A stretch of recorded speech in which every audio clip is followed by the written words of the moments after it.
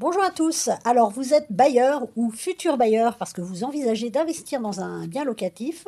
Attention à certaines erreurs juridiques qui peuvent vous coûter plus cher. Pas forcément à l'achat, mais pendant la location. Donc aujourd'hui, je vais partager avec vous 5 points de vigilance essentiels pour sécuriser votre investissement. On voit ça dans quelques petites secondes. Premier point, choisir son type de bail. Bail vide ou bail meublé, c'est pas juste une question de meubles. Le bail vide est encadré par la loi du 6 juillet 1989. Il dure au minimum 3 ans si vous êtes propriétaire ou une personne physique. Le bail meublé, lui, relève plutôt du code civil avec un cadre spécifique. Il dure 1 an ou 9 mois pour un bail étudiant. Ce choix peut impacter la stabilité du locataire, la rotation, la fiscalité et la stratégie à long terme. Donc on ne choisit pas un bail au hasard. Deuxième point de vigilance, un état des lieux trop approximatif.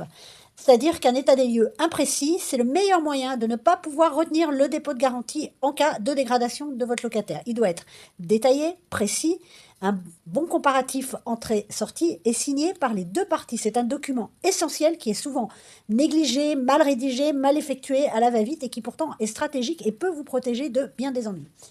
Troisième point, les charges récupérables, c'est-à-dire si elles sont mal gérées. Toutes les charges ne sont pas récupérables auprès du locataire. Elles sont strictement encadrées par décret.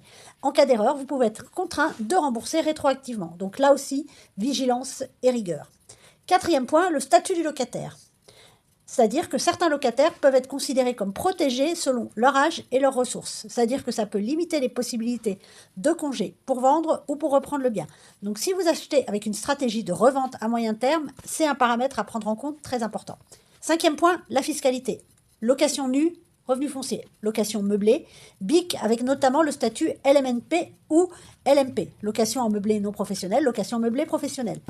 Ce choix aura un impact direct sur votre imposition, les amortissements possibles et votre rentabilité nette. C'est-à-dire qu'une mauvaise anticipation peut réduire significativement la performance de votre investissement. En résumé, un investissement locatif rentable, c'est pas seulement un bon prix d'achat, c'est un cadre juridique maîtrisé, une stratégie fiscale adaptée et une gestion sécurisée. Donc avant de signer un bail ou avant d'acheter pour louer ensuite, mieux vaut vérifier ces points. Quant à moi, je vous dis à très bientôt. Ciao, ciao. Voilà, alors j'espère que cette vidéo vous a plu. Si c'est le cas, vous n'hésitez pas à commenter, à liker, à partager et surtout à vous abonner. Quant à moi, je vous dis à très vite pour un nouvel épisode de Dis-moi Mama. Ciao!